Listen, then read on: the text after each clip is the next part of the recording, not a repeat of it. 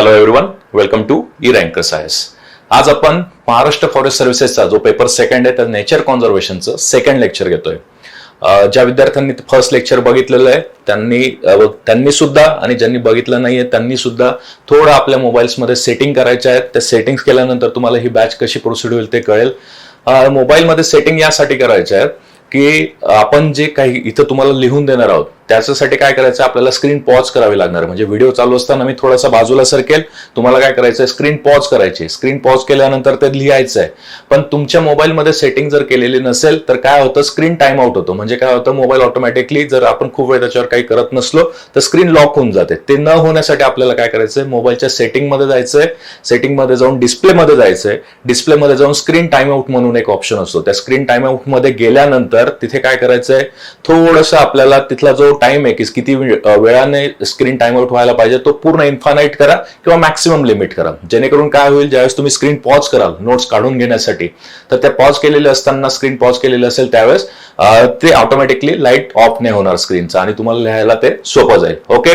Second thing, पहिल्या लेक्चरमध्ये मी सगळं काही सांगितलेलं आहे की तुम्हाला ज्यावेळेस लेक्चर चालू होईल त्यावेळेस काय काय करायचंय, 3 गोष्टी सोबत ठेवायच्या. एक, आपले क्वेश्चनची जी तुम्ही क्वेश्चन बँकसाठी एक नोटबुक केलेली ती, त्यानंतर एक दुसरी नोटबुक आपण ज्या नोट्स काढून घेणार आहे इथे त्यासाठी, आणि तिसरी गोष्ट लास्ट इयरचे क्वेश्चन्स जे आपण मागे लिहिलेले आणि त्याचबरोबर सिलेबस. तिसरी गोष्ट असणार आहे सिलेबस. या 3 गोष्टी तुम्हाला सोबत ठेवाव्याच लागणार आहेत. याच्या ज्या नोट्स आहेत ह्या लेक्चरच्या त्या मी अगोदरच अपलोड केलेल्या आहेत आपल्या ऍपवर, तर तुम्ही काढून प्रिंटआउट काढल्या असतील, कारण की मी तर 2 दिवसापूर्वी केलेल्या होत्या. तर ती पीडीएफ तुम्ही सेव्ह करून प्रिंटआउट काढल्या असतील अशी मी आशा व्यक्त करतो आणि आपण लेक्चर त्याचं सुरू करूयात. ठीक आहे. तर आता काय करणार आहेत आपण, सुरुवातीला सगळं अगोदर डेटा समजून घेऊ. त्यावेळेस त्याच्यावर काय काय क्वेश्चन विचारलेत, का तो क्वेश्चन विचारण्यात आलाय त्या गोष्टी देखील आपल्याला बघायच्यात. आलं लक्षात? सगळं काही एकदम स्टँडर्ड आणि हळूहळू आपण हा कोर्स पुढे नेणार आहोत. बिलकुल टेन्शन घ्यायचं नाही. अतिशय चांगला वेळ आपल्याला मिळालेला आहे. अजून 4 महिने आहेत. तुमची पोस्ट काढायची जबाबदारी माझी. फक्त तुम्ही मी जे सांगतोय ते प्रामाणिकपणे करा. सगळं समजून घ्या. मी अगदी इझी आणि लुसिड लँग्वेजमध्ये, अगदी सोप्या भाषेत तुम्हाला सगळं सांगणार आहे. जरीही पेपर हा सेकंड आपला इंग्लिशमध्ये असला तरी तुम्हाला टेन्शन घ्यायची गरज नाही. बिलकुल टेन्शन नाही घ्यायचं. फक्त तुम्हाला देखील एफर्ट्स घ्यावे लागणार आहे. जे मी क्वेश्चन्स परत परत सांगतोय. आणि आज आपण काय करू, ज्यावेळेस हा एक टॉपिक होईल त्या टॉपिक नंतर काय करायचं आहे, परत तुम्हाला जी मी क्वेश्चन सांगितलेले आहेत बघा, की आपण क्वेश्चन बँक तयार केलेली आहे. प्रत्येक, आता फॉर एक्झाम्पल अर्थ इंटेरियरचे एक क्वेश्चन पेज आपण तयार केलेलं आहे. त्या अर्थ इंटेरियरच्या पेजवर अर्थ इंटेरियरवर काय काय क्वेश्चन फॉर्म होत आहेत ते लिहायचे आहेत आपल्याला. आलं लक्षात? याच पद्धतीने पूर्ण कोर्स आपला पुढे जाईल, जेणेकरून तुम्हाला क्वेश्चन्स कसे सॉल्व्ह करायचे, आयोग कशा पद्धतीने प्रश्न विचारेल नंतर याची देखील आयडिया येईल. आणि मी ट्रिक्स वगैरे देखील सांगेल. न्यूमॉनिक्स काय, त्या गोष्टी लक्षात कशा ठेवायच्या, इझिली ते गोष्टी आपल्याला लक्षात ठेवण्यासाठी काय काय मेथड्स वापरता येतात हे सगळं मी सांगेल. त्यामुळे टेन्शन बिलकुल नाही घ्यायचं. आरामात आपला कोर्स पुढे नेऊया. तर अगोदर बघा, आपल्याला आता 2.1 आपण सुरू केलेला आहे सॉइलचा. 2.1चा हा जो पार्ट आहे, नेचर कॉन्झर्वेशनचा पार्ट आहे 2.1 सॉइल. तर सॉइल आपण सुरू केलेला आहे. तर सॉइल मध्ये आपल्याला काय करायचंय, सॉइल कशी तयार होते हे जाणून घ्यायच्या अगोदर आपल्याला सॉइलची पार्श्वभूमी समजून घ्यायची आहे, की कशी उत्पत्ती व्हायला सुरुवात झाली. आणि त्याच्यावर देखील बरेच क्वेश्चन विचारले. आयोगाने directly physical, chemical, biological properties इथून सॉइलचा पोर्शन सुरू केला, पण तिथे जाऊन आपल्याला चालणार नाही. त्याच्या अगोदर आपल्याला पार्श्वभूमी समजून घ्यायची, कारण की प्रत्येक एक्झाम मध्ये एक क्वेश्चन विचारलेला आहे. लक्षात घ्या, प्रत्येक एक्झाम मध्ये एक क्वेश्चन विचारलेला आहे बॅकग्राऊंडवर, की सॉइल डेव्हलपमेंट होण्याच्या अगोदरच्या प्रोसेसवर. मग आपण त्यासाठी काय काय बघतो अगोदर, की अर्थ इव्होल्युशन कसं झालं त्याच्यावर देखील क्वेश्चन विचारलेला. बघा, सुरुवात कशी झाली, डायरेक्टली सॉइल तर काय फॉर्म झाले नाही. अगोदर काय झालं, अर्थ इव्हॉल्व झाली. अर्थ इव्हॉल्व होताना अगोदर काय काय अॅनिमल्स येत गेले, त्यानंतर लँड फॉर्म्स कसे डेव्हलप होत गेले, क्रेटॅसिक, ज्युरॅसिक इरा काय होता, या पद्धतीने सगळं इव्होल्युशन, आपल्याला मानवाची उत्क्रांती कशी होत गेली हे सगळं त्यासाठी थोडं शॉर्टमध्ये बघावं लागणार, कारण की त्यावर क्वेश्चन विचारले गेलेले आहेत. ओके. आणि त्यानंतर मग आपल्याला काय करायचं की अर्थ इंटेरियर काय होतं. अर्थ इंटेरियर मध्ये काय काय बघणार आहोत आपण, की सियाल काय किंवा क्रस्ट काय, सियाल काय, सीमा काय, outer mantle, inner mantle, outer core, inner core वगैरे हे सगळं डिटेल जाणून घ्यायचंय. का जाणून घ्यायचंय, सॉइल फॉर्म होताना कशापासून सॉइल फॉर्म होते, अर्थ क्रस्ट पासून. अर्थ क्रस्ट कशापासून फॉर्म झालेला आहे, ह्या सगळ्या लँडफॉर्म जिओलॉजिकल प्रोसेसेसने तो अर्थ क्रस्ट फॉर्म झालेला आहे. आणि अर्थ क्रस्ट कशा काय काय त्याचे कॉन्स्टिट्युएंट्स आहेत, म्हणजे काय, जसं काही एलिमेंट्स, त्याच्यानंतर मिनरल्स, आणि मिनरल्स नंतर काय होतात तुमचे रॉक्स. म्हणजे हळूहळू आपण बघूयात की सॉइल कशी तयार होत गेली. सुरुवातीला अगोदर काय तयार झाले, एलिमेंट्स. एलिमेंट्सने कशाला जन्म दिला, मिनरल्सला. मिनरल्स ज्यावेळेस एकत्र आले, कॉन्सोलिडेटेड फॉर्म तयार झाला, तर मिनरल्स तयार होऊन नंतर तुमचा काय तयार झाला, रॉक तयार झाला. ओके, आणि रॉक तयार झाल्यानंतर पुढचं काय गोष्ट तयार झाली तुमची, वेदरिंग सुरू झालं, म्हणजे त्या रॉकला डिसइंटिग्रेशन झालं, त्याचे तुकडे पडायला सुरुवात झाली आणि हळूहळू सॉइल फॉर्म तयार व्हायला सुरुवात झाली. पण लक्षात घ्या, हे वेदरिंग जे झालेलं आहे पर्टिक्युलर डायरेक्टली आपण ट्रू सॉइल तयार झाली का, नाही, ट्रू सॉइल तयार नाही झाले. वेदरिंगमुळे किंवा रॉकच्या डिसइंटिग्रेशनमुळे दोन प्रकारच्या सॉइल तयार झाल्या. एक अगोदर ज्युवेनाइल सॉइल आणि मग नंतर ट्रू सॉइल तयार झाली. म्हणजे हळूहळू त्याची उत्क्रांती कशी होत गेली, सॉइल कशा तयार होत गेल्या, आपल्याला डिटेल बघायचं. लक्षात घ्या, पहिलंच लेक्चर आहे, इथे थोड्याशा टर्मिनॉलॉजीज नवीन असतील, घाबरायचं काम नाही. या टर्मिनॉलॉजीज खूप काही वेगळ्या नाही, तुम्ही मराठीत वाचलेल्याच असतील, फक्त आता इथे काय करायचं आपल्याला मात्र इंग्लिशमध्ये समजून घ्यायचं, जेणेकरून आपल्याला ते एक्झाम मध्ये अतिशय इझी जाईल. ओके, तर मग अगोदर बघूयात आपण लँडफॉर्म्स तयार होण्याची सुरुवात, की अगोदर पृथ्वी कशी तयार झाली, लँडफॉर्म्स कसे तयार झाले, याच्यावर क्वेश्चन विचारलेले आहेत, म्हणून आपल्याला हे बॅकग्राऊंड समजून घ्यावं लागणार आहे. ठीक आहे, तर आता पहिला क्वेश्चन बघा, ज्यावेळेस पहिला टॉपिक बघा, की ज्यावेळेस आपले लँडफॉर्म्स तयार होत गेले, तर ते कसे कसे तयार झाले, त्याचं त्यांनी सेग्रिगेशन कसं केलेलं, नावं कशी दिलेले, ते एकदा बघूयात. आलं लक्षात? तर लँडफॉर्म तयार होत असताना एक कालावधी किंवा कालखंड त्यांनी मानला आणि त्या कालखंडाला काय केलं, त्यांनी एक टेक्निकल नाव दिलं, त्याला जॉग्राफिकल नेम दिलं. ते जॉग्राफिकल नेम काय काय होतं ते आपण बघूया.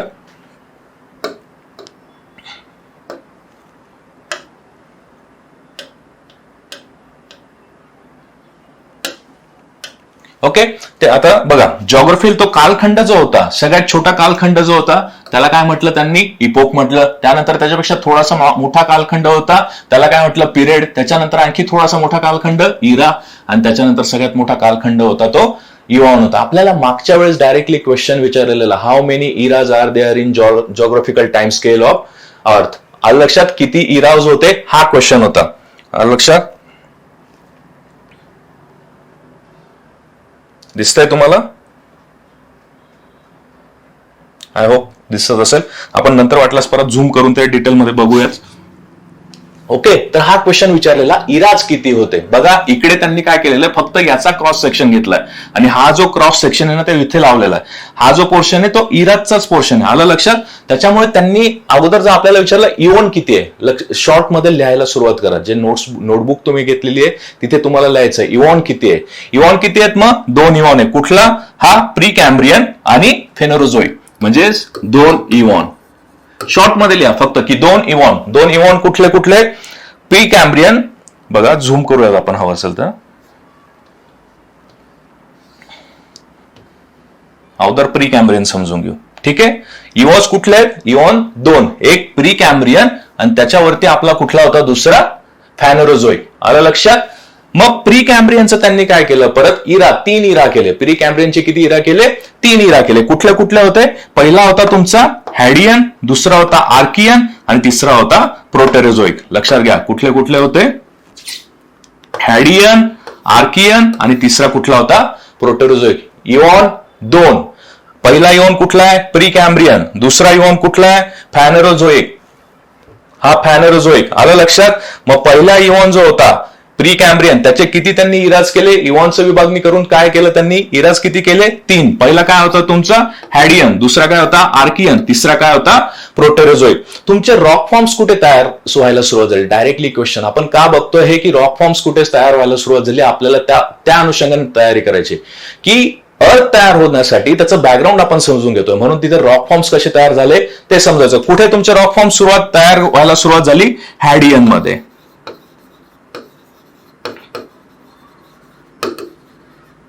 कुठे तयार झालं,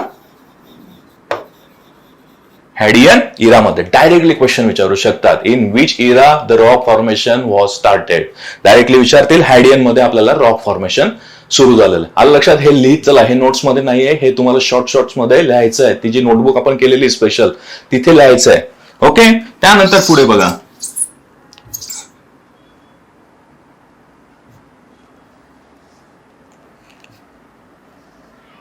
ही डायग्राम खूप मोठी आहे, त्याच्यामुळे थोडीशी आपल्याला अडचण येते.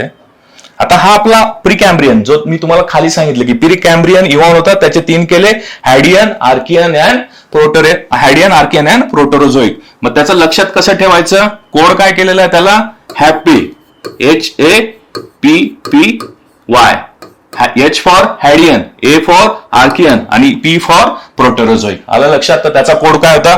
पहिला जो इव्हॉन होता प्रिकॅम्ब्रियन, त्याचे काय काय होते? हॅडियन, आर्कियन अँड प्रोटेरोझोइक. आलं लक्षात? पहिला इव्हॉन झाला. आता दुसरा इव्हॉन बघूया. दुसऱ्या इव्हॉन मध्ये काय काय आहे ते आपल्याला जाणून घ्यायचं आहे. हा बघा, हा दुसरा इव्हॉन इथून सुरुवात झालेली आहे.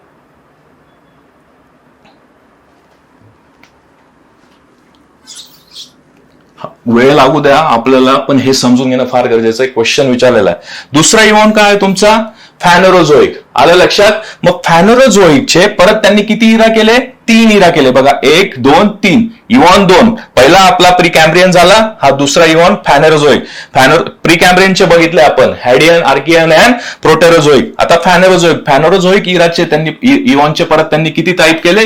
पहिला तुमचा हा, दुसरा हा आणि तिसरा हा. पॅलोझोइक, मेसोझोइक, सेनोझोइक. आलं लक्षात? म्हणजे मग आता आपला क्वेश्चन जो होता की टोटल किती इरा फॉर्म झालेले आहेत? किती इराज फॉर्म झालेले आहेत? 6 इरा. हे 3 आणि खालचे आपले हॅपीवाले 3, हॅडियन, आर्कियन, प्रिकॅम्ब्रियन.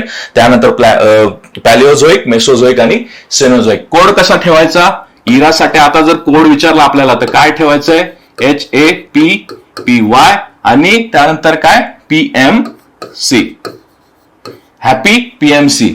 हॅडियन, आर्कियन, प्रिटेरोझोइक, पॅलिओझोइक, मेसोझोइक आणि सिनोझोइक. आलं लक्षात? झाले तुमचे 6 इरा. हाच क्वेश्चन विचारलेला होता. ओके.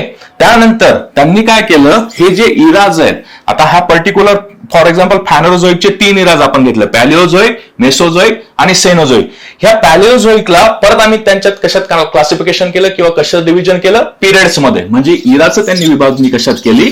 पिरियड्स मध्ये केली. आता एक एक एक एक आपण बघूया की पहिला जो इरा होता,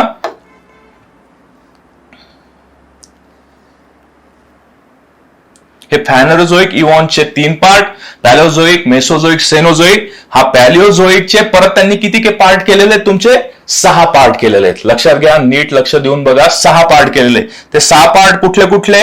तुमचा पहिला अगोदर येतो, लक्षात घ्या, अर्थ फॉर्म इथून सुरुवात झाला आणि इव्होल्युशन वरती होत गेलेलं आहे. मॉडर्न मॅन जो डेव्हलप झाला, होमोसेपियन, तो इथून सुरुवात झाली आणि हळूहळू वरती त्याची डेव्हलपमेंट होत गेलेली आहे. ओके. तर मग पहिला काय होता? पॅलिओझोइक इरा जो होता त्याचे त्यांनी काय केले? पिरियड केले. त्याचा कुठला होता? पहिला कॅम्ब्रियन, दुसरा ऑर्डोविशियन, तिसरा सिल्युरियन, चौथा डिओनियन. परत याचे आणखी कार्बोनिफेरसचे 2 पार्ट केले, पण आपल्याला लक्षात ठेवायचं कार्बोनिफेरस आणि तुमचा 6वा होता पर्मियन. याच्यासाठी कोड काय केलेला आहे आपण? याच्यासाठी कोड होता तुमचा कॉस DCP. लिहून घ्या कोड, लगेच लिहित चला. युजफुल आहे, कोड लिहावे लागतील तुम्हाला, अदरवाईज कव्हर नाही होणार आहे. Cos DCP. पहिलं काय तुमचं? कॅम्ब्रियन, त्याच्यानंतर ऑर्डोविशियन, तिसरं सिल्युरियन, चौथं डेव्होनियन, 5वं कार्बोनिफेरस आणि 6वं काय तुमचा पर्मियन. म्हणजे आपल्याला परत आणखी त्याच्या डीप जरी क्वेश्चन विचारला तर आपण तयार आहोत. Yes, cause DCP. पहिला काय होता कोड? Happy, PMC, Hadean, Archean, Precambrian. त्यानंतर PMCचं काय होतं? PMC मध्ये पॅलिओझोइक, मेसोझोइक आणि सेनोझोइक. आणि त्यानंतर पॅलिओझोइकचे परत कॉस DCP काय काय आलेलं? कॅम्ब्रियन, त्यानंतर ऑर्डोविशियन, सिल्युरियन, डेव्होनियन, कार्बोनिफेरस आणि पर्मियन. ओके, इथपर्यंत क्लिअर झालं. आता आपण पुढचा इरा बघूया.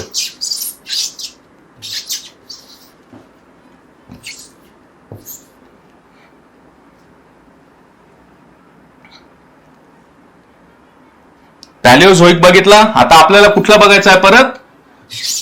मेसोझोइक. मेसोझोइकचे त्यांनी किती याच्यात क्लासिफिकेशन केलं? बघा, दिसतंय तुम्हाला का? झूम करू अजून जरा.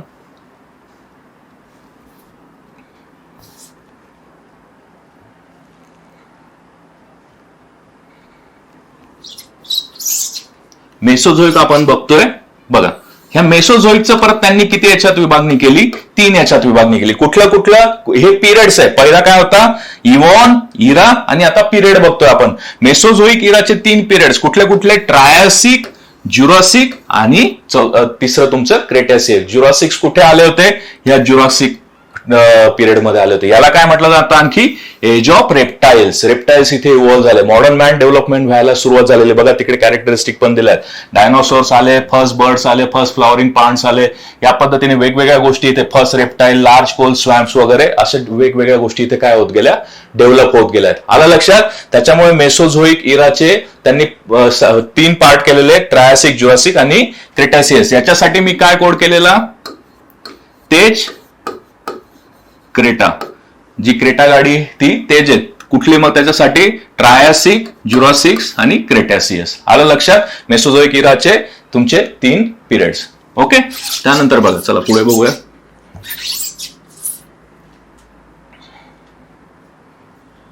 आता आपल्याला तिसरा इरा घ्यायचा आहे, शेवटचा, म्हणजे ऍक्च्युअली 6वा, ओव्हरऑल 6वा, पण फॅनोरोझोईक मधला तिसरा इरा. कुठला? तुमचा सेनोझोईक. सेनोझोईकचे त्यांनी काय केलेले? 2 पार्ट्स केले, 2 पिरियड मध्ये डिवाइड केलेले. कुठले 2 पिरियड आहेत? तुमचा एक क्वार्टरनरी आणि एक टर्शरी. इथे तुमचा ऍक्च्युअल मॅन तयार व्हायला, मॉडर्न मॅन जो आहे तो तयार व्हायला सुरुवात झाली. मॉडर्न मॅन ह्युमन डेव्हलपमेंट कुठे झाली? प्लिस्टोसिन आणि होलोसिन. हे इपोक आहे. पिरियडच्या पेक्षा आणखी छोटा कालावधी, कालखंड जो असेल तो काय असेल तुमचा? होलोसिन, प्लेस्टोसिन आणि होलोसिन. हे नाही लक्षात ठेवलं तरी चालेल. टर्शरीचे जे क्लासिफिकेशन आहे ते नाही लक्षात ठेवलं तरी चालतील, पण क्वार्टरनरीचे आपल्याला लक्षात ठेवायचं आहे प्लेस्टोसिन आणि होलोसिन. क्वेश्चन्स काय काय विचारले जाऊ शकतात? आपली जी क्वेश्चन बँक आहे ती उघडा, थोडासा वेळ घ्या. ती क्वेश्चन बँक तिथे एक पेन ठेवा, कंटिन्यू आपल्याला लिहावं लागणार आहे. क्वेश्चन बँक मध्ये बघा की how many eras are there. हा क्वेश्चन विचारलेला. How many eons are there. How many eons are there? 2 eons are there. आपण बघितले मागे कुठले कुठले होते तुमचे? फॅनोरोझोईक आणि तुमचा कॅम्ब्रियन वाला. ओके. त्यानंतर how many eras are there. किती इराज झाले? 6 झाले. कुठले कुठले? हॅपी, पीएमसी, HAP आणि दुसरे PY स्मॉल आणि PMC. टोटल 6.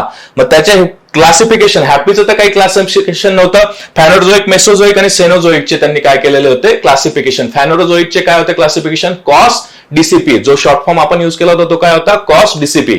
त्याचे ते 6. आणि त्याच्यानंतर मेसोझोईकचं काय केलंय? तेज, क्रिटिक, ट्रायसिक, ज्युरासिक्स आणि क्रेटासियस. आणि त्याच्यानंतर जो आपला लेटेस्ट सेनोझोईक इरा आहे त्याचे 2 क्लासिफिकेशन, टर्शरी आणि क्वार्टरनरी. आणि क्वार्टरनरी पिरियडचं त्यांनी परत 2 क्लासिफिकेशन केले, प्लेस्टोसिन अँड होलोसिन. याच्यात आपले ह्युमन डेव्हलपमेंटला सुरुवात झालेली आहे. इकडचं काय? इपोक. हे क्वेश्चन्स या पद्धतीने विचारले जाऊ शकतात. त्यानंतर यांचं कालखंडानुसार तुम्हाला जर विचारलं की हे जे कालखंड आहेत यांचं काय करा? उतरत्या क्रमाने मांडणी करा, किंवा कुठलं मोठं आहे आणि कुठला छोटा आहे. तर मग सगळ्यात मोठा काय असतो? अगोदर इव्हॉन मोठा असतो, बरोबर. त्यानंतर काय? इरा मोठा आहे. त्यानंतर पिरियड मोठा आहे. त्यानंतर हा इपोक मोठा आहे. हे तुम्ही लिहून घ्या नोट्समध्ये. आलं लक्षात? सगळ्यात मोठा इव्हॉन, दुसरा आहे इरा, तिसरा आहे पिरियड आणि चौथा आहे तुमचा इपोक. तो या पद्धतीने ते कालखंड देखील विचारू शकतात. किंवा लेटेस्ट इपोक कुठला आहे ते देखील विचारू शकतात की कालखंडानुसार लेटेस्ट इपोक कुठला आहे, लेटेस्ट पिरियड कुठला आहे, लेटेस्ट इरा कुठला आहे, काही विचारू शकतात. आलं लक्षात? ह्युमन डेव्हलपमेंट कुठं सुरू झाली? होलोसिन एरियामध्ये, होलोसिन इपोक मध्ये तुमची डेव्हलपमेंट सुरू झाली, ह्युमन डेव्हलपमेंटला सुरुवात झाली. आलं लक्षात? क्वेश्चन कव्हर झाला. आपल्याला काय क्वेश्चन होता? How many eras are there. किती इराज आहे? 6 इराज आहे. Okay, clear. चला पुढे बघूया. आता आपल्याला हे तर कळालंय की अर्थ कशी डेव्हलप झाली, कुठल्या कालखंडामध्ये रॉक फॉर्मेशन व्हायला सुरुवात तयार झाली. ओके, ह्या बेसिक गोष्टी आपण जाणून घेतोय. त्यानंतर ह्या अर्थ क्रस्टचं फॉर्मेशन कसं झालं, म्हणजे अर्थ क्रस्ट काय नेमकं, त्याची डेन्सिटी किती असते, त्याचं टेम्परेचर किती असतं, परत आपण अर्थ पासून कोरकडे जाताना डेन्सिटी वाढते की कमी होते, किती प्रमाणात डेन्सिटी वाढते, किती प्रमाणात डेन्सिटी कमी होते, हे आपल्याला जाणून घ्यायचं. आणि याच्यावर बरेचसे क्वेश्चन विचारले गेलेले आहेत. अर्थ क्रस्टवर बरेच क्वेश्चन विचारलेले आहेत. ते क्वेश्चन पण आपण बघणार आहेत, पण त्या अगोदर आपल्याला हे समजून घेणं फार गरजेचं आहे. आलं लक्षात की अर्थ क्रस्ट काय बेसिकली, त्याच्यानंतर काय काय कालखंड आहेत, ज्या डिस्कंटिन्युटीज आहेत त्या काय काय आहेत इंटेरियरशी रिलेटेड, कारण की हा सॉइल फॉर्मेशनचा बॅकग्राऊंड आहे. ह्या बॅकग्राऊंडवर तुम्हाला क्वेश्चन विचारले जातीलच. लक्षात घ्या, हा सॉइल फॉर्मेशनचा बॅकग्राऊंड आपण अगोदर समजून घेतोय. ओके, तर मग अगोदर बघूयात आपण अर्थ क्रस्ट पासून सुरुवात करूया. सगळ्यात अगोदर वरती काय असतं, क्रस्ट असतं. क्रस्ट नंतर खाली काय असतं, अप्पर मॅन्टल, लोअर मॅन्टल. बघा, crust, upper mantle, lower mantle, आणि त्याच्यानंतर आउटर कोर, आणि खाली सगळ्यात सेंटर ऑफ द अर्थ काय असते, इनर कोर असते. इनर कोर कुठल्या फॉर्म मध्ये असते, सॉलिड स्टेट मध्ये.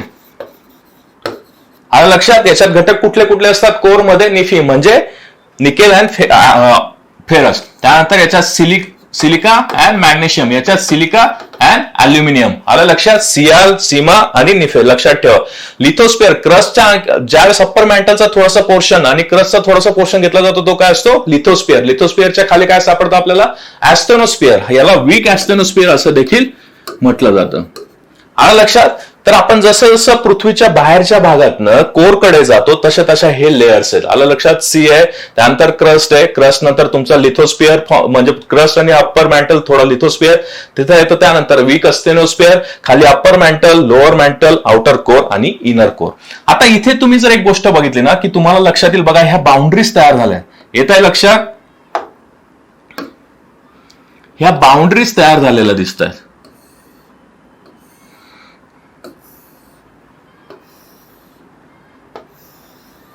लक्षात? ह्या बाउंड्रीजला त्यांनी काय केलेलं आहे? डिस्कंटिन्युटीज म्हटलेलं आहे. डिस्कंटिन्युटी म्हणजे काय होतं? जसं आपलं वातावरण असतं, वातावरणात वेगवेगळे लेयर्स असतात, बरोबर? स्ट्रॅटोस्फिअर वगैरे हे, त्या स्ट्रॅटोस्फिअर नंतर जे लेयर्स असतात त्यांना आपण जी बाउंड्री ठेवतो त्याच पद्धतीने कोर मध्ये जाताना देखील बाउंड्रीज तयार होतात आणि त्या बाउंड्रीजला त्यांनी काय केलेलं आहे? वेगवेगळी नावं दिलेली. त्यांना डिस्कंटिन्युटी म्हटलं जातं की त्या बाउंड्रीजला डिस्कंटिन्युटी म्हणतात. मग आपण वरतून म्हणजे क्रस्टच्या साईडने बाहेरच्या भागातनं कोरकडे कुठल्या कुठल्या बाउंड्रीजची नावं दिलेली ते बघूया. बघा, कॉन्रॅड डिस्कंटिन्युटी असते. सीएल मध्येच आपल्या क्रस्ट मध्ये एक डिस्कंटिन्युटी असते जिथं सी आणि त्याचा खालचा पोर्शन सेग्रिगेट केलेला असतो, त्याला म्हणतात कॉन्रॅड डिस्कंटिन्युटी. कुठली ही तुमची? कॉन्रॅड डिस्कंटिन्युटी. त्यानंतर लिथोस्फिअरची जी बाउंड्री असते आणि क्रस्टची लिथोस्फिअरची जी बाउंड्री असते ती आहे तुमची मोव्हिसिनिक डिस्कंटिन्युटी. याला मोहो डिस्कंटिन्युटी किंवा मोव्हिसिक डिस्कंटिन्युटी असं देखील म्हटलं जातं. त्यानंतर अप्पर मॅन्टल आणि लोअर मॅन्टल मधली कुठली डिस्कंटिन्युटी आहे? रेपेटी. त्यानंतर लोअर मॅन्टल आणि आउटर कोर यांच्यामधली जी बाउंड्री आहे त्याला काय म्हटलं जातं? गटेनबर्ग किंवा गुटेनबर्ग डिस्कंटिन्युटी. आणि इनर कोर आणि आउटर कोरची जी असते ती तुमची लेमन डिस्कंटिन्युटी असते. कसं लक्षात ठेवायचं आहे? शॉर्ट फॉर्म काय आहे? Come regular, don't discontinue, come regular. हा माझा शॉर्ट फॉर्म होता. आता लक्षात कसं ठेवायचा? हा डिस्कंटिन्युटी वर्ड आलाय तुमचा, आपण बघितलेलाच आहे. डिस्कंटिन्युटी आणि कम रेग्युलर काय? कॉन्रॅड, मोव्हिसिनिक, रेपेटी, गुटेनबर्ग आणि लेमन डिस्कंटिन्युटी. आलं लक्षात? अगदी सोपं आहे. आता तुम्ही विसरणार नाही. अशा पद्धतीचे कोड बनवा. हे कोड तुम्हाला न्यूमॉनिक ज्याला आपण म्हणतो हे लॉंग टर्म साठी लक्षात राहतात. हे खूप एक्झाम मध्ये आपलं कन्फ्युजन नाही होत की अरे कुठली डिस्कंटिन्युटी कुठे होती, सिक्वेन्शियल काय होती, किंवा आपल्याला पाठ तर केलेलं होतं पण आता क्रम कसं काय चुकतो, एवढं टेन्शन घ्यायचं नाही. सरळ न्यूमॉनिक्स बनवायचे, काहीतरी कोड बनवायचा, तुम्हाला आरामात हे गोष्टी लक्षात राहणार आहे. ठीक आहे? एक बेसिक स्ट्रक्चर बघितलं. मग आता हळूहळू आपण पुढे सरकतोय. जर आपल्याला ह्या अर्थचा आपण क्रस्ट वगैरे कोर वगैरे इथपर्यंत तर समजून घेत, बाकी पोर्शन तुमचा हा जॉग्राफीमध्ये झालेलाच आहे, तुम्हाला बेसिक गोष्टी माहिती आहेत. पण आपल्याला सॉइलसाठी काय महत्वाच्या गोष्टी ना त्या आपण जाणून घेतोय. सगळं नाही जाणून घेतोय, आपल्याला फक्त सॉइल डेव्हलपमेंटचा 2.1चा जो पार्ट आहे त्याच्यासाठी महत्वाचं काय काय ते आपण इथे बघतोय. आलं लक्षात? तर मग आता बघा, त्यानंतर हीट कशी तयार होते. का आपल्याला हीटचा का स्टडी करायचा आहे? कारण की जोपर्यंत हीट तयार होणार नाही तोपर्यंत हे काय होईल? मॅग्मा तयार होणार नाही, बरोबर? इंटरनल हीट मेकॅनिझम आपण समजून घेत नाही तोपर्यंत मॅग्मा तयार होणार नाही. जोपर्यंत मॅग्मा तयार होत नाही तोपर्यंत रॉक्स तयार होत नाही. सगळी रॉक्स कशापासून बनतात? मॅग्मापासूनच बनतात, बरोबर? मग मॅग्मा तयार झाला म्हणजे रॉक्स तयार झाले, रॉक्स तयार झाले म्हणजे सॉइल तयार झाली. हे सिंपल मेकॅनिझम आहे. म्हणून मग आपल्याला आता सुरुवात करायची आहे की आता रॉक्स कसे तयार होतील, मग हीट त्यासाठी समजून घ्यायची. रॉक्स मॅग्मापासून तयार होतात. मग मॅग्मा काय तयार होतात? इंटरनल हीट मेकॅनिझम जे असतं त्याच्यामुळे ती मॅग्मा तयार होतो. आलं लक्षात? मग आपल्याला त्यामुळे हीट जे मेकॅनिझम असतं, कुठल्या 2 प्रकारच्या हीट त्यात असतात ते जाणून घ्यायचंय. आलं लक्षात? बघा, आता हे आहे तुमचं heat transfer mechanism in earth core to crust. म्हणजे आपण इथून सुरुवात केली तर इथपर्यंत हीट ट्रान्सफर मेकॅनिझम काय असतं ते आपल्याला समजून घ्यायचं. हीट सगळ्यात जास्त कुठे असते? कोरमध्ये. अराउंड 6000 डिग्री सेल्सिअस पर्यंत हीट इथे होऊ शकते. आलं लक्षात? इनर कोर मध्ये सगळ्यात जास्त हीट असते. लक्षात घ्या, जे 2 मेथड्स आहेत हीट ट्रान्सफर मेकॅनिझमच्या, एक आहे तुमचं कंडक्शन आणि एक आहे तुमचं कन्व्हेक्शन. कंडक्शन मेकॅनिझम जे असतं, कुठल्या कुठल्या मीडियम मधनं कंडक्शन होऊ शकतं किंवा काय बेसिक रिक्वायरमेंट असते? फिजिकल मीडियम किंवा ऍक्च्युअल कॉन्टॅक्ट थ्रू जी हीट ट्रान्सफर होते त्याला काय म्हटलं जातं? कंडक्शन. ते कुठल्या कुठल्या मीडियम मधनं होतं? सॉलिड, गॅसियस आणि लिक्विड मीडियम मधनं देखील. ठीक आहे, हे 3 प्रकार, याचे हे 3 प्रकार, सॉलिड, गॅसेस आणि लिक्विड मीडियम मधनं हीट ट्रान्सफर जर होत असेल तर त्याला कंडक्शन आणि त्याला काय लागतं, मीडियम लागतं. हीट ट्रान्सफर होण्यासाठी मीडियम लागतं. आणि दुसरा काय प्रकार बघितला आपण, कन्व्हेन्शन मेकॅनिझम. कन्व्हेन्शन मेकॅनिझमने जर हीट ट्रान्सफर होत असेल तर त्याचे किती प्रकार आहेत, 2. कुठल्या कुठल्या मीडियम मधनं होतं, एक फक्त गॅसियस आणि दुसरं तुमचं लिक्विड मीडियम मधनं. आलं लक्षात. क्वेश्चन आपण का बघतोय हे विचारूला जाऊ शकतं की डायरेक्ट आपण रॉक फॉर्मिंगच्या प्रोसेसेसला आता अप्रोच करतोय, रॉक फॉर्मिंगसाठी आपण तिकडे पुढे पुढे जातोय, तर मग त्यासाठी त्याची पार्श्वभूमी अगोदर समजून घेतोय. मॅग्मा तयार करण्यासाठी आपल्याला जी गरज आहे, हीटची गरज आहे, तर मग ते हीट मेकॅनिझम आपल्याला समजून घ्यावं लागतंय. आला लक्षात, हे कळलं असेल, लिहून घेत चला. तुम्हाला वाटलं मध्येच की आपल्याला हे लिहायचंय तर स्क्रीन पॉज करा आणि लगेच लिहून घेत चला. कंडक्शन, कन्व्हेक्शन, हीट मेकॅनिझम आपण समजून घेतलं. ओके. त्यानंतर आता बघा, मी सांगितलं काय तुम्हाला, कंडक्शनसाठी कुठल्या मीडियम लागतं, सॉलिड मीडियम मधनं जास्तीत जास्त कंडक्शन हीट. आपण आता अगोदर बघितलेलं होतं की जी कोर असते ती कुठल्या मीडियम मध्ये असते, कोरचं स्टेटस काय असतं, कुठल्या याच्यात असते, ती सॉलिड स्टेट मध्ये असते. म्हणजेच बट ऑब्वियस तिथे कुठल्या प्रकारचं हीट मेकॅनिझम असेल, conduction type of heat mechanism असेल. आलं लक्षात, म्हणून इथे काय कंडक्शन. पण हे इनर कोरला लक्षात घ्या, इनर कोर आणि आउटर कोर मध्ये स्टेट्सचा डिफरन्स असल्यामुळे, सॉलिड आणि semi gaseous, semi liquid state मध्ये असल्यामुळे त्यात हीट मेकॅनिझम वेगवेगळे. आलं लक्षात. तर इथे काय आहे तुमचं सॉलिड स्टेट आहे, म्हणून तिथे हीट मेकॅनिझम कुठलं असणार आहे, कंडक्शन टाईप. त्यानंतर आउटर कोर मध्ये काय असणार आहे, मात्र कन्व्हेक्शन टाईप ऑफ हीट असेल. आलं लक्षात. टेम्परेचर किती कमी होत जातं, इथे असणार आहे तुमचं 4300 डिग्री सेल्सिअस, वरती काय असणार आहे 3700 डिग्री सेल्सिअस. बघा इथे ह्या बाउंड्रीज आहेत, हे मागे आपण बघितलं आता, कम रेग्युलर, कॉन्रॅड, मोव्हिसिनिक, रेपेटी, गुटेनबर्ग आणि कुठली होती शेवटची, लेहमन. म्हणजेच ही डिस्कंटिन्यू कुठली आहे तुमची, लेहमन डिस्कंटिन्युटी. आलं लक्षात. लेहमन डिस्कंटिन्युटीच्या इथे तुमचं टेम्परेचर किती असतं, 4300 डिग्री सेल्सिअसच्या आसपास. जसं जसं वरती जाऊ आपण तसं टेम्परेचर काय होत जाईल, कमी होत जाईल. त्यानंतर वरच्या डिस्कंटिन्युटीच्या इथे टेम्परेचर किती असेल, 3700. म्हणजेच कोरमध्ये, इनर कोरमध्ये हीट ट्रान्सफर मेकॅनिझम असेल तुमचं कंडक्शन आणि आउटर कोरमध्ये हीट ट्रान्सफर मेकॅनिझम असेल तुमचं कन्व्हेक्शन. आलं लक्षात, फरक कळतोय. मग आता त्यानंतर थोडं वरती सरकूया. इथे काय आहे, मात्र अप्पर मॅन्टल आणि लोअर मॅन्टल मध्ये एकच प्रकारच्या हीटचा ट्रान्सफर होतो, म्हणजे एकच हीट ट्रान्सफर मेकॅनिझम आहे. ते कुठलं आहे तुमचं, कन्व्हेक्शन. आलं लक्षात.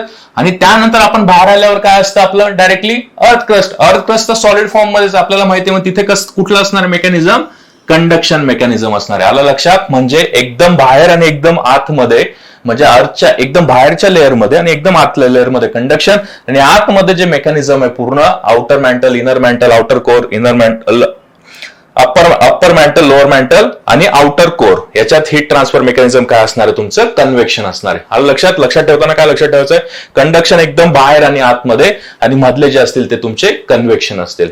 डायरेक्टली क्वेश्चन विचारले जाऊ शकतात, इन सॉइल फॉर्मिंग मेकॅनिझम किंवा for the soil forming mechanism there is a requirement of magma. So in the earth crust what type of heat convention is conducted so that the magma is formed. आलं लक्षात. Directly question काय होतं आपला, conduction विचारलं जाऊ शकतं किंवा convection विचारलं जाऊ शकतं. कुठे ते कुठल्या हीट मेकॅनिझम असतं सगळं आपल्याला जाणून घ्यायचं होतं. ओके, हा बेसिक पोर्शन, हीट कशी तयार झाली. त्यानंतर आता हळूहळू काय होईल आपला, आता मॅग्मा तयार होईल किंवा क्रस्ट तयार होईल. मॅग्मामुळे मॅग्मा तयार झाला, हीट बघितली आपण, मॅग्मा अर्थवर आला, त्याचं मग सेपरेशन झालं किंवा तो सेटल झाला, मग रॉक्स फॉर्म व्हायला सुरुवात झाली, मग अर्थ क्रस्ट तयार व्हायला सुरुवात झाली. मग आता इथून पुढे आपल्याला सगळं स्टडी करायचं. मग अर्थ क्रस्ट मध्ये किती प्रकारच्या क्रस्ट आहेत, 2 प्रकारच्या. कुठल्या कुठल्या, एक ओशनिक क्रस्ट आणि दुसरा एक कुठली क्रस्ट तुमची, कॉन्टिनेंटल क्रस्ट. आलं लक्षात. आता आपण सुरुवात करतोय, बेसिक आपलं जे सॉइलचं आहे तिथे त्याच्या सुरुवात करायला, त्याच्या लेक्चरला सुरुवात झालेली आहे. पहिला तुमचा कॉम्पोजिशन ऑफ अर्थ क्रस्ट हे टायटल आहे आणि त्याच्यात आपण आता स्टडी करतो. इंटेरियर ऑफ अर्थचं हे मेन लेक्चर आहे. ओके, तर पहिलं अर्थ क्रस्ट. कुठल्या कुठल्या अर्थ क्रस्टचे 2 टाईप, एक ओशनिक आणि दुसरं काय आहे तुमचा कॉन्टिनेंटल. बघा मागे आपण ते क्वेश्चन बघत होतो, क्वेश्चनचं अनालिसिस केलेलं मागच्या लेक्चरमध्ये. तिथे काय बघितलेलं की ज्यावेळेस आपण 2 घटक असतात, म्हणजे फॉर एक्झाम्पल अबायोटिक आणि बायोटिक कॉम्पोनंट्स विचारलेले होते, इसेन्शियल नॉन इसेन्शियल मिनरल विचारलेले होते, एक सिटू एक इन सिटू मेकॅनिझम काय असतं त्याचं विचारलेलं होतं. परत त्यानंतर विचारलेलं फंडामेंटल सॉइल फॉर्मिंग प्रोसेसेस काय आहेत आणि स्पेसिफिक सॉइल फॉर्मिंग प्रोसेसेस काय आहेत. म्हणजे ज्यावेळेस असं 2 वर्गीकरण असतील ना, त्याच्यावर क्वेश्चन विचारले जाण्याचे चान्सेस जास्त आहे. आता क्रस्टचे 2 पार्ट पडतात. कुठले पार्ट पडतात क्रस्टचे, एक ओशनिक क्रस्ट आणि एक कॉन्टिनेंटल क्रस्ट. त्याच्यामुळे मग आपल्याला त्याचं देखील काय करावं लागणार आहे, डीप स्टडी करावं लागेल, त्याचे फॅक्टर समजून घेऊयात, जेणेकरून ते ज्यावेळेस क्वेश्चन विचारला जाईल त्यावेळेस आपल्याला सगळा त्याचा डेटा माहिती असायला हवा. तर ओशिनिक क्रस्ट आणि कॉन्टिनेंटल क्रस्ट मी नंतर आता तुम्हाला समजवतोय, पण त्या अगोदर जाणून घेऊया की डेन्सिटी काय असते, अर्थ क्रस्टची डेन्सिटी किती असते अर्थ क्रस्टची डेन्सिटी. तर अगोदर त्याची ऍव्हरेज थिकनेस दिलेली आहे 15 to 20 किलोमीटर्स पर्यंत. बघा वेगवेगळ्या बुक्स मध्ये अर्थ क्रस्टची जी थिकनेस दिलेली किती किलोमीटर पर्यंत हा अर्थ क्रस्ट प्रॉपर थिक असतो, तर 15 to 20 किलोमीटर. पण जर आपण ओशनिक आणि कॉन्टिनेंटल क्रस्ट बघितलं तर दोघांची थिकनेस काय असणार आहे, वेगवेगळे असणार आहे, ते पुढे बघतोच आहे. पण ही ऍव्हरेज दिलेली, जर डायरेक्टली क्वेश्चन विचारला what is the average thickness of earth crust, तर काय आन्सर येईल त्याचा 15 to 20 kilometres in an average त्याची क्रस्टची हे असते, थिकनेस असते. ठीक आहे. त्यानंतर डेन्सिटी बघूया, ऍव्हरेज डेन्सिटी काय. मग इथे काय केलेलं आहे त्यांनी, ओव्हरऑल डेन्सिटी न देता काय केलेलं आहे, त्याचं अप्पर क्रस्टची डेन्सिटी आणि लोअर क्रस्टची डेन्सिटी दिलेली. बघा ज्यावेळेस आपण टेम्परेचरचं तर बघितलं की टेम्परेचर काय होतं, इथे वाढत जात आहे, बरोबर, टेम्परेचर वाढत चाललंय. पण मग डेन्सिटी बद्दल काय, डेन्सिटी काय होत जाईल, वाढत जाईल का कमी होत जाईल, तर डेन्सिटी देखील काय होत जाते, वाढत जाते. इथून 2.3 ने सुरू झालेली डेन्सिटी जोपर्यंत आपण कोरला पोहोचतो तिथं जाईपर्यंत किती होते, अप्रॉक्स 13 GMCC पर सी होत जाते. आलं लक्षात. डेन्सिटी काय होत जाते, वाढत जाते. लक्षात ठेवा, क्रस्ट मध्ये जे डेन्स असेल तर त्याच्यापेक्षा अप्पर मॅन्टल मध्ये डेन्सिटी थोडीशी जास्त असेल, अप्पर मॅन्टल पेक्षा लोअर मॅन्टल मध्ये डेन्सिटी जास्त असणार आहे.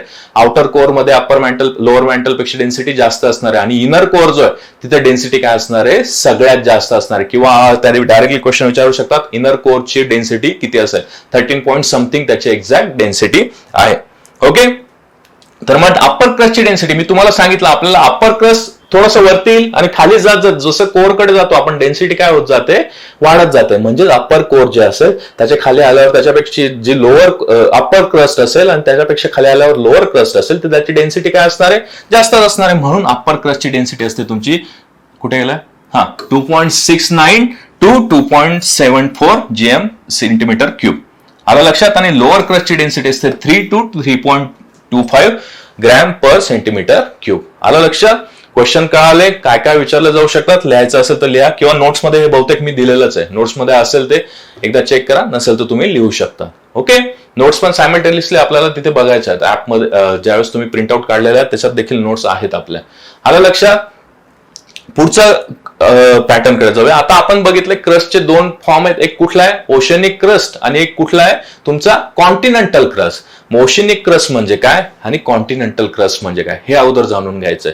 बघा ओशियन्स काय तयार झालेत, एक लँडफॉर्म तयार झाला किंवा डीप असं पोर्शन तयार झाला आणि त्याच्यात पाण्याचं साठा होऊन अक्युम्युलेशन होऊन ज्यावेळेस अर्थ फॉर्मेशन सुरू झालं 14 बिलियन इयर्सच्या अगोदर, तर त्यावेळेस अर्थ फॉर्मेशन सुरू झाल्यानंतर हे जी डेप्थ तयार झाले तिथं पाणी अर्थ कुलिंग झालं आणि अर्थ कुलिंग झाल्यामुळे बऱ्यापैकी पाऊस वगैरे पडून जे पाण्याचा साठा तयार झाला त्याच्यानुसार काय झालेले आहेत, ओशियन तयार झालेले आहेत. आलं लक्षात.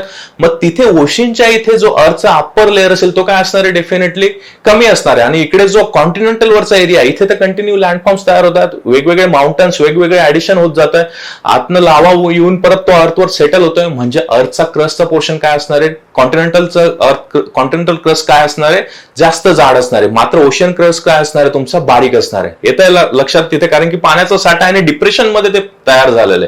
पण इकडे लँडफॉर्म्स कन्स्ट्रक्टिव्ह फोर्सेसमुळे लँडफॉर्म्स तयार झालेले, मॅग्मा वरती येऊन सेटल झालेला आहे. त्याच्यामुळे कॉन्टिनेंटल क्रस्टची थिकनेस काय असते तुमची, जास्त असते आणि अर्थ क्रस्टची थिकनेस काय असते तुमची, कमी असते. आलं लक्षात. हा चार्ट आपल्या नोट्स मध्ये नाही आहे, तुम्हाला लिहावा लागणार आहे कारण की महत्वाचा आहे. म्हणून महत्वाचे जे चार्ट्स आहेत ते आपण लिहूनच देणार आहेत. आलं लक्षात. चला, कॉन्टिनेंटल क्रस्ट काय आणि ओशियन क्रस्ट बघा. आता ओशियन क्रस्ट मी तुम्हाला सांगितलं त्याचं कारण काय, कमी असण्याचं, थिकनेस कमी आहे. मी तुम्हाला आता कारण एक्सप्लेन केलं. मग किती कमी आहे, ओशियन क्रस्टची थिकनेस असते ती 5 किलोमीटर ते 10 किलोमीटर आणि कॉन्टिनेंटल क्रस्टची थिकनेस असते ती 30 किलोमीटर टू 50 किलोमीटर. आलं लक्षात. मग डेन्सिटी कोणाची जास्त असते, ओशनिक क्रस्ट जे असतं ते मॅक्सिमम डेन्सर असतं. आलं लक्षात. कारण की नवीन लावा कुठे असतो, जास्तीत जास्त नवीन लावा कुठे फॉर्म असतो, कॉन्टिनेंटल क्रस्ट मध्ये. आणि न्यू लावा जो असतो तो एलिमेंट्स वगैरे ते खूप लाईट असतात, त्याच्यामुळे त्याची डेन्सिटी काय असते तुमची, कमी असते. आलं लक्षात. त्यामुळे oceanic crust is denser than continental crust. म्हणजेच कॉन्टिनेंटल क्रस्ट काय तुमचं लेस डेन्स आहे. आलं लक्षात. ओशियनिक क्रस्ट कुठल्या प्रकारच्या रॉक्स पासून फॉर्म होतं, मॅफिक प्रकारच्या, हे मी तुम्हाला सांगतोय पुढे एक्सप्लेन करेल, कुठल्या प्रकारच्या रॉक्स पासून फॉर्म होता, मॅफिक प्रकारच्या रॉक्स पासून. आणि कॉन्टिनेंटल क्रस्ट कुठल्या प्रकारच्या रॉक्स पासून फॉर्म होता, फेल्सिक प्रकारच्या रॉक्स पासून. हे काय आहेत आपण ते पुढे बघतोच आहे, अगोदर फक्त नावं लक्षात ठेवा, मॅफिक अँड फेल्सिक.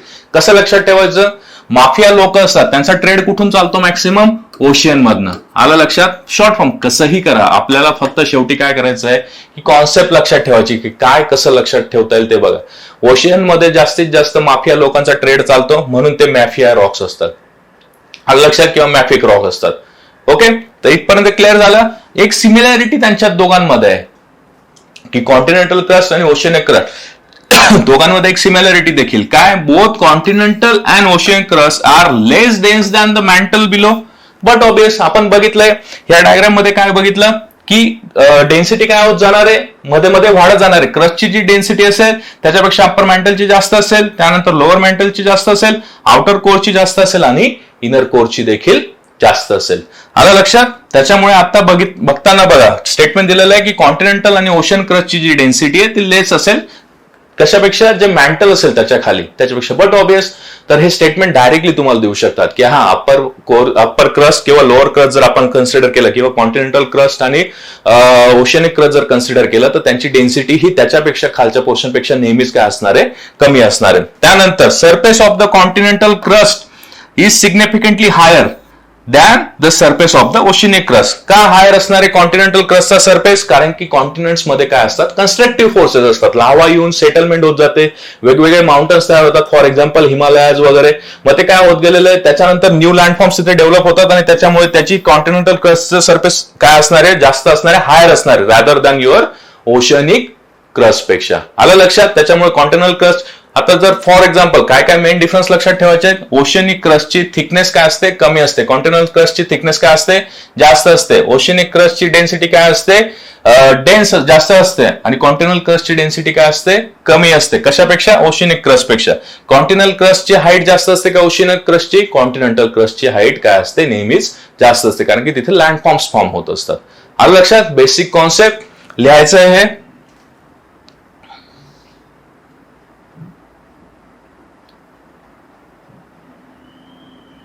लिहून घ्या, स्क्रीन पॉज करा आणि ते लिहा. महत्वाचं आहे, विचारलं जाऊ शकतं याच्यावर खूप डिटेल. एकदा स्क्रीन पॉज करा आणि लिहा हे सगळ्यांनी. ओके, झालं असेल तुमचं लिहून, तर आपण पुढे जाऊयात पुढच्या पोर्शनकडे. बघा, ते माफिक आणि फेल्सिक जे रॉक्स होते, माफिक कुठे असतात आपले, ओशियन मध्ये. माफिया लोक कुठे सापडतात, आपण शॉर्ट फॉर्म त्याचा बनवलेला, कुठे सापडतात, ओशियन मध्ये. आणि हे मॅफिक कुठे, फेल्सिक कुठे असतात बिचारे, आपले कॉन्टिनेंटल मध्ये.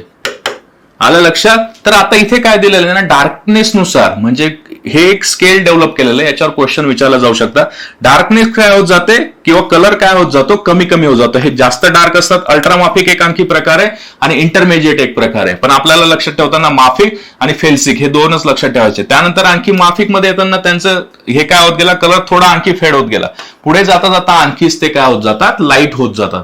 आलं लक्षात. सुरुवातीला खूप डार्क असतात, हळूहळू ज्यावेळेस तुम्ही कॉन्टिनेंट फॉर्म व्हायला सुरुवात होते, ओशिनिक क्रस्ट नंतर हळूहळू ज्यावेळेस कॉन्टिनेंट फॉर्म व्हायला सुरुवात होते, ते रॉक्सचा कलर काय असतो तुमचा, थोडा थोडा फेड होत जातो, फिकट होत जातो. डायरेक्ट क्वेश्चन विचारला जाऊ शकता की कॉन्टिनेंटल क्रस्ट तुमचं जास्त डार्क असतं की ओशिनिक क्रस्ट. बट ऑब्वियस ओशिनिक क्रस्ट, कारण की आपण ओशिनिक क्रस्ट अगोदर येते आणि हळूहळू डेव्हलपमेंट होत जात कशात, कुठलं क्रस्ट फॉर्म होत आहे, कॉन्टिनेंटल क्रस्ट. त्याच्यामुळे कलर कोणाचा जास्त डार्क असतो, आपला ओशिनिक क्रस्ट. त्यानंतर सिलिकाचं पर्सेंटेज आणि मॅग्नेशियमचं पर्सेंटेज. बघा, सिलिकाचं पर्सेंटेज काय होत जातं, कॉन्टिनेंटल क्रस्ट कडे ज्यावेळेस आपण जातो ओशिनिक क्रस्ट कडनं, त्यावेळेस वाढत जातं 40%, 50%, 60% आणि 70%. पण मॅग्नेशियमचं उलट आहे. मॅग्नेशियमचं पर्सेंटेज काय होत जातं, कमी होत जातं. 48%, 15%, 2.5% आणि 0.95%. आलं लक्षात. ही इव्होल्युशनरी प्रोसेस आहे की कॉन्टिनेंटल क्रस्ट कसं तयार झालं, अगोदर ओशन क्रस्ट कसं तयार झालं आणि त्यानंतर कॉन्टिनेंटल क्रस्ट कडे आपण जातोय. आलं लक्षात. त्यानंतर मेजर मिनरल कंटेंट्स काय काय असतात. अल्ट्रामाफिक जे असतात त्यात पायरोक्झिन अँड ऑलिव्हियन असतात. माफिक मध्ये पायरोक्झिन, प्लाजिओकाल्स आणि फेल्डस्पार हे असतात. इंटरमिजिएट मध्ये बायोटाइट, क्वार्ट्ज, अल्कली आणि फेल्डस्पार. त्यानंतर फेल्सिक जे आहे कॉन्टिनेंटल क्रस्ट, क्वार्ट्ज आणि अल्कली, फेल्डस्पार. आलं लक्षात? फेल्डस्पार. एवढं तुम्हाला लक्षात ठेवायचं आहे. बेसिक गोष्ट आहे. डायग्राम मी हे अपलोड करणारच आहे ऍपवर. तुम्हाला ह्या डायग्राम्सचं एक मी वेगळं सेक्शन टाकून देईल. त्या ऍपमध्ये तुम्ही त्या सगळ्या डायग्राम्स आपल्या डाउनलोड करा. तुम्हाला ते कधीही बघता येत राहतील. ओके, चला पुढे बघूया. हे एक आपली कॉन्टिनेंटल ड्रिप थेरी वगैरे तुम्हाला माहितीच आहे, वेजनर वगैरे. फक्त एक डायग्रामॅटिक फॉर्म मध्ये यासाठी दिलेलं आहे की ओशनिक क्रस्ट कसा दिसतो आणि कॉन्टिनेंटल क्रस्ट कसा दिसतो. बघा, हा तुमचा काय ओशनिक क्रस्ट आणि इकडे काय तुमचा हा कॉन्टिनेंटल क्रस्ट आहे. इथे काय होतात, हे लँडफॉर्म्स तयार झालेत. बघा, हे लँडफॉर्म्स वेगवेगळे माउंटन रेंजेस तयार झाले. हे काय असतात तुमच्या कन्स्ट्रक्टिव्ह फोर्सेस. त्याच्यामुळे याची हाईट काय असते, जास्त असते. मागेच बघितलं आपण ओशनिक कॉन्टिनेंटल क्रस्टची हाईट कशामुळे जास्त असते, यामुळेच. कारण की कंटिन्यू तिथे लँडफॉर्म्स फॉर्म होतात आणि ओशनिक क्रस्ट मध्ये असे लँडफॉर्म होत नाही. त्याच्यामुळे त्याची हाईट काय असते, कमी असते. थिकनेस कोणाची जास्त आहे, थिकनेस कॉन्टिनेंटल क्रस्टची जास्त आहे. बघा, ओशनिक क्रस्टची थिकनेस काय आहे, कमी आहे. आणि डेन्सिटी कोणाची जास्त असते, बघितलंय आपण. डेन्सिटी कोणाची जास्त असते, ओशनिक क्रस्ट. त्याच्या आणि याची डेन्सिटी काय असते, कॉन्टिनेंटल क्रस्टची डेन्सिटी काय असते, कमी. आणि आपल्याला लॉजिकली माहिती आहे की जो जास्त डेन्सर पोर्शन असतो तो काय होतो, सबड्यू होतो कमी डेन्सर पोर्शनच्या इथे. आलं लक्षात? त्याच्यामुळे हे सबडक्शन झालंय आणि कॉन्टिनेंटल क्रस्ट, ओशनिक क्रस्ट खाली गेली आहे आणि कॉन्टिनेंटल क्रस्ट काय झाली आहे, वरती आली. बघा, हे मॅग्मा आहे. हा मॅग्मा कंटिन्यू अपराइज होतो आणि अपराइज होऊन हे वेगवेगळे लँडफॉर्म्स तयार करत असतो. आलं लक्षात? एक बेसिक फक्त डायग्राम याच्यासाठी दिली की तुम्हाला कळायला हवं की काय प्रोसेस होत आहेत, कसं कसं तिथे लँडफॉर्म्स तयार होतात आणि कशामुळे याची हाईट जास्त असते ओशनिक क्रस्टपेक्षा किंवा याची थिकनेस जास्त असते ओशनिक क्रस्टपेक्षा. क्वेश्चन्स काय विचारले जाऊ शकतात, दोघं जरी दिलेले असतील, आपल्याला बघायचं काय, दोघं जरी दिलेले असतील, क्वेश्चन काय विचारले जाऊ शकतात की कशात थिकनेस जास्त आहे, कुठल्या क्रस्टची थिकनेस कमी आहे, कुठला क्रस्ट हा कन्स्ट्रक्टिव्ह क्रस्ट आहे आणि कुठला हा डिस्ट्रक्टिव्ह क्रस्ट आहे, आणि कुठल्या क्रस्टची डेन्सिटी जास्त असते आणि कुठल्या क्रस्टची डेन्सिटी काय असते, कमी असते. Okay, clear? इथं क्रस्ट आपण समजून घेतलं. हे एक डिफरन्स बघा परत, ओशियनिक क्रस्ट, कॉन्टिनेंटल क्रस्ट, तेच जे मागे आपण एक्सप्लेन केलं तेच की मोर डेन्स असतो, मोस्टली बेसॉल्ट असतो, थिकनेस 5 to 10 किलोमीटर्स असतो, यंगर आणि न्यूअर असतो. आणि कॉन्टिनेंटल क्रस्ट काय असतो, लेस डेन्सिटी, माहिती आपल्याला, मेड ऑफ मोस्टली ग्रॅनाइट. इकडे बेसॉल्ट आहे, इकडे ग्रॅनाइट आहे, थिकनेस थोडीशी जास्त असते आणि हे काय असतात, ओल्डर असतात. ठीक आहे, टाइप्स ऑफ. आणि हे काय तुमचे वेन डायग्राम्स मध्ये काय असतात, हे मधले जॉईंट पोर्शन असतो तो कॉमन असतो. काय असतो, हे टाइप्स ऑफ क्रस्ट आहे, मेड ऑफ रॉक्स, सॉलिड असतात. Yes, makeup of tectonic plates, बरोबर आहे. पार्ट्स ऑफ लिथोस्फिअर, आणि कंटिन्यू काय होत असतात, ते मूव्ह होत असतात. आलं लक्षात? हे कॉमन पॉईंट, हे तुमचे डिफरन्सचे पॉईंट. ही डायग्राम पण मी टाकून देईल, टेन्शन घ्यायची गरज नाही.